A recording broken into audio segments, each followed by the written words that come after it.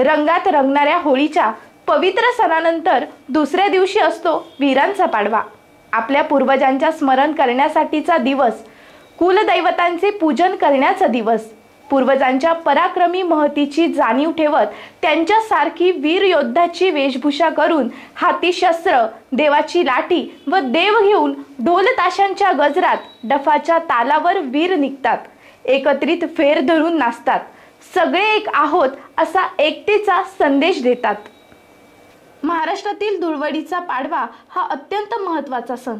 आपल्या संस्कृतीबरोबरच आपल्या पूर्वजांनी आपल्या मातीसाठी केलेल्या त्यागाची महती स्मरण करण्यासाठी त्यांनी आपल्या आयुष्याची केलेली होळी, त्याचे स्मरण ठेवणे, आपल्या पूर्वजांनी आपले प्राण या भूमीसाठी अर्पण केले याची आठवण ठेवणे। अनेक जण धारातीर्थी पडले, पण आपल्या मातृभूमीचे त्यांनी रक्षण केले। या शूरवीरांच्या आठवणींचा दिवस म्हणजे वीर पाडवा। याला कुणी वीरांचा पाडवा म्हणतात, तर कोण वीर नाचवणे म्हणतात। मात्र आपल्या पूर्वजांप्रमाणे आपले शरीरही बलदंड निरोगी असावे हा उद्देश त्यातून तरुण पिढीसाठी प्रेरणा देत असतो। पाडव्याच्या दिवशी दुपारनंतर वीर सजून बाहेर पडतात। हातात काठी तसेच विविध आयुधाचा समावेश असतो।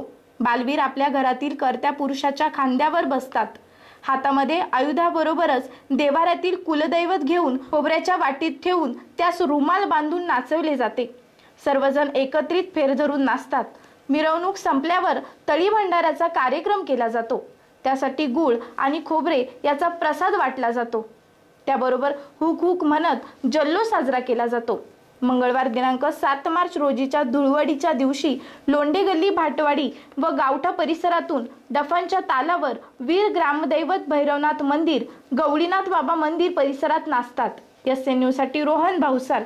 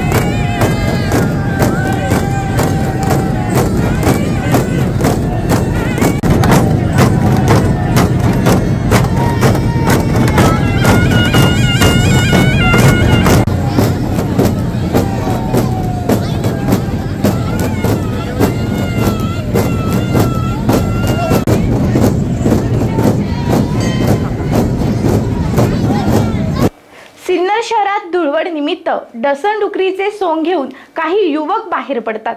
दरवर्षी ही सोंगे घेऊन युवक स्थानिक ग्रामस्थांना केरसुनीने आशीर्वाद देताना दिसतात। डसणडुकरीची परंपरा याही वर्षी अनेकांनी अबाधित राखल्याचे दिसून आले। यावेळी बाळगोपाळांनी डसणडुकरीच्या पाठीमागे फिरत धुळवडीचा आनंद लुटला। धुळवडीच्या दिवशी डसणडुकरीचा वेश परिधान करून काही तरुण बिदागी मागताना दिसतात। पुढे डसणडुकरीच्या हातात सुपडे, गळ्यात कांद्याची माळ व केरसुनी या अवतारात असते। तिच्या कमरेला दोर बांधून मागे मुसळ घेऊन तिच्यावर अंकुश ठेवणारा असतो। असे वेश परिधान करून अनेक युवक शहरातील मुख्य बाजारपेठेत बिदागी मागतात।